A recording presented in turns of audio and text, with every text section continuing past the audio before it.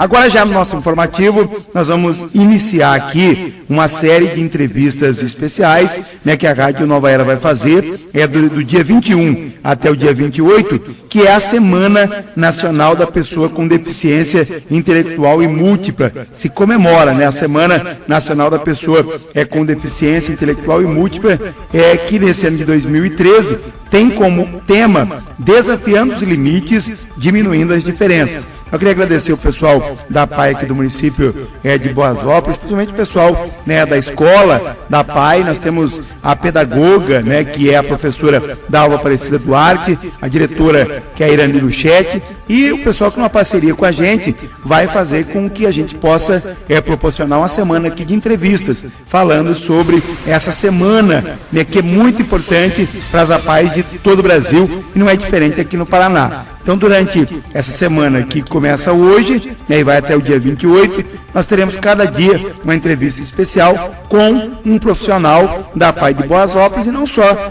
que presta serviço na PAI de Boasópolis, mas também que presta serviço para outras APAIs aqui da nossa região, e falando dessa semana, para a gente levar um pouquinho de informação, quem sabe diminuir, né, o preconceito, né, e tantas questões ligadas, né, aos apaianos, aqueles alunos que frequentam as APAIs, né, os profissionais que fazem um trabalho muito importante em todo o Brasil, e não é diferente, como eu já disse, aqui no estado do Paraná. Então, para abrir essa série de entrevistas, a Dalva Aparecida Duarte, de Boasópolis, ela que é pedagoga da PAI, da Escola da PAI do município de Boasópolis. Sim, essa semana é uma semana de muita relevância em todos os assuntos referentes à PAI, né? E como todos os anos, as APAIs, né, a Federação das APAIs, ela prepara um tema para a gente estar discutindo. Este ano, o tema que a Federação lançou é Desafiando os Limites e Diminuindo as Diferenças. Tudo para conscientizar as pessoas a respeito da dignidade e do direito das pessoas com deficiência. E este ano, então, como tema central, é o enfrentamento às diferenças que as pessoas com deficiência intelectual e múltipla e suas famílias, né, que também as famílias, vivenciam diariamente para a inclusão social. E a luta contra essa diferença, que gera a discriminação e o preconceito em relação às pessoas com deficiência, ela é antiga. Mas como toda mudança é difícil, isso também acontece em relação à deficiência. Isso porque depende da maneira de ver e de entender e da própria aceitação das diferenças. Então é preciso que aconteça mudança de paradigma, mudança de conceito, né, mudança de pensamento a respeito da deficiência. Agora, quando a gente fala sobre deficiência, a gente fala também sobre diferença. Então, eu gostaria que a Dalva falasse um pouquinho para a gente entender isso, deficiência e diferença, qual que é a relação entre essas duas colocações? Então, nós sabemos que a deficiência ela é uma condição histórica, de maneira que desde a existência do homem já existia também a deficiência. E é certo que em todos os tempos, de uma forma ou de outra, existiam pessoas com deficiência. E essas pessoas foram discriminadas em seu grupo social. E essa condição permaneceu por muito tempo na sociedade e ainda acontece. Então, diante da luta pela sobrevivência em todas as épocas da história, a sociedade construiu um tipo de homem ideal, né? Ou seja, aquele que era considerado normal. Sendo assim, aquele que não correspondesse a esse tipo ideal de homem era considerado deficiente. Por exemplo, veja o trabalho na lavoura, né? O trabalho braçal. É preciso de um homem forte e capaz de se locomover de diversas maneiras. Neste caso, uma pessoa com deficiência física, por exemplo, já não se enquadra nessa ocupação, sendo considerada incapaz e assim discriminada. Um outro exemplo atual é o mundo da tecnologia. Qual é o perfil de uma pessoa para trabalhar na tecnologia hoje?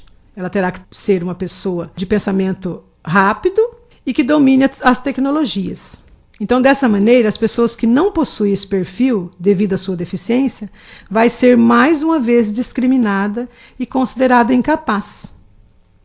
Aí essa discriminação, ela é bem clara quando uma pessoa com deficiência e sem deficiência se encontram. Há uma situação de ameaça, muitas vezes conscientes ou até inconscientes. Uma série de emoções perpassam neste momento, sejam de pena, de raiva, de medo, de revolta, de repulsa, até de outros sentimentos. Esses sentimentos são difíceis de lidar, né? Todo sentimento é difícil de lidar, onde as pessoas, na maioria das vezes, não admitem os seus próprios sentimentos, gerando aí o preconceito. Agora, quando a gente fala do preconceito, né, o que vem a ser preconceito? É possível definir isso, Dal? Então, a princípio, nós sabemos que o preconceito ele é construído, né? Ele é histórico, com a convivência e com o passar dos dias.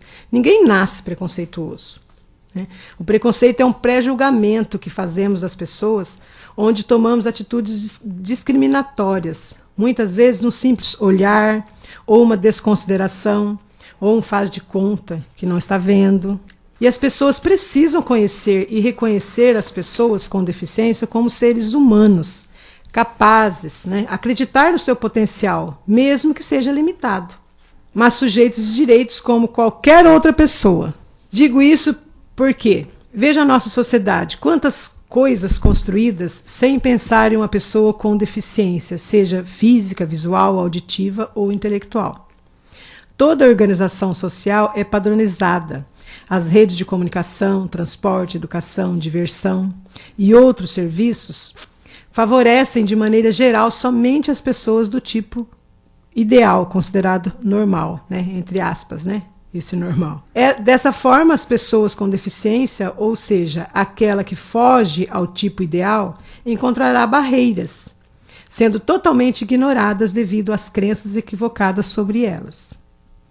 Sendo assim, o desconhecimento acerca da deficiência reforça essa crença de que as pessoas com deficiência não podem levar uma vida normal, levando aí à segregação, né, desde o nascimento, seja pela família, seja pela sociedade. E o meio social ele é tão direcionado ao tipo padrão que nem se lembra em prestar serviços eficientes a todos, independente da deficiência ou não. Exemplo, a educação e o transporte. Até as escolas é um local de ensino e de transmissão de conhecimento e que é um direito de todos, apresentam diversas barreiras arquitetônicas, né, que é o espaço físico, e também em relação às barreiras atitudinais. E os desafios da diferença são muitos. Vivemos numa sociedade totalmente excludente, que se propõe a uma sociedade inclusiva. A convivência com a diferença nos faz crescer. É uma oportunidade de sair dos limites, do conhecido, ultrapassar fronteiras, exercer outros olhares, experimentar novas experiências. A convivência com a pessoa diferente constrói a nossa natureza humana. Enfim, é na convivência com essas pessoas com deficiência que acabamos mexidos pelos nossos próprios sentimentos, muitas vezes secretos, escondidos dentro de nós mesmos. Agora, anteriormente a Dalva falou sobre as barreiras atitudinais, mas o que vem a ser essas barreiras? Essas barreiras atitudinais estão relacionadas a tudo aquilo que impede uma pessoa com deficiência levar uma vida igual a todos, a pelo menos aproximar ao tipo de vida da pessoa sem deficiência. E os estudiosos também afirmam que é a própria sociedade causadora de deficiência, a partir dos impedimentos que impõe às pessoas. Os limites a serem superados são as barreiras sociais, que impedem o pleno exercício das capacidades da pessoa com deficiência, não lhes oferecendo os devidos apoios para que tenha condição da pessoa com deficiência desempenhar suas próprias ações. E eu coloco aqui também uma fala de uma escritora muito famosa, a Lígia Amaral, que deixou obras importantíssimas, né, relevantes em defesa das pessoas com deficiência. Essa autora ela convivia com a sua própria deficiência, ela era deficiente física. Então essa autora dizia que percorremos muitas lutas em relação à evolução dos conceitos relacionados à condição de deficiência. Muitas vezes nem demos conta do que vivemos, mas a experiência nos mostra que devemos retomar o tema, mesmo que seja a passos lentos. Como diz o ditado, Água mole em pedra dura, tanto bate até que fura. Voltar tantas vezes quanto possível à mesma reflexão em relação à deficiência, para que ela possa ultrapassar os preconceitos existentes. Para diminuir ou minimizar essa diferença em relação à deficiência, o que se espera então da sociedade? É preciso romper essa muralha de preconceitos para construir uma sociedade mais justa e comprometida com o deficiente. Proporcionar meios de que a pessoa com deficiência possa infiltrar na vida cotidiana e ser sujeito da sua própria história. E para isso, a única forma de derrubar as muralhas da diferença é a informação, o conhecimento e o convívio com as próprias pessoas, né, com deficiência em todos os âmbitos da sociedade. Para a gente finalizar aqui, Dalva, é um assunto que tem, na verdade, nos últimos dias chamado a atenção, que é, né, alguns protestos que foram realizados e o tema que está sendo bastante debatido, que são projetos que existem, né, em Brasília e que podem, né, na verdade, retirar ou pelo menos, né, que pode limitar as escolas da APAE. E a gente tem aí esses protestos ocorrendo no Paraná. Nós tivemos aí um anúncio do governador Beto Richa em apoio às APAES, leis, né, que foram anunciadas recentemente. O que a Dalva pode falar sobre isso para a gente? Então, Berimbau, o governador Beto Richa lançou na semana passada, no dia 12 de agosto, né, a lei número 17.656, que ele decretou e sancionou a seguinte lei. Artigo 1º. Fica criado o Programa Estadual de Apoio Permanente às Entidades Mantenedoras de Escolas que ofertam educação básica na modalidade Educação Especial, todos iguais pela educação, na forma desta lei. No artigo 2º, o programa tem por objetivo assegurar aos educandos com deficiência e transtornos globais do desenvolvimento, em qualquer faixa etária, a oferta das etapas da educação infantil, ensino fundamental, médio, educação de jovens e adultos, educação profissional, incluindo a oferta gradativa de período integral por meio da parceria com o Estado do Paraná e as entidades mantenedoras referidas no artigo 1º desta lei.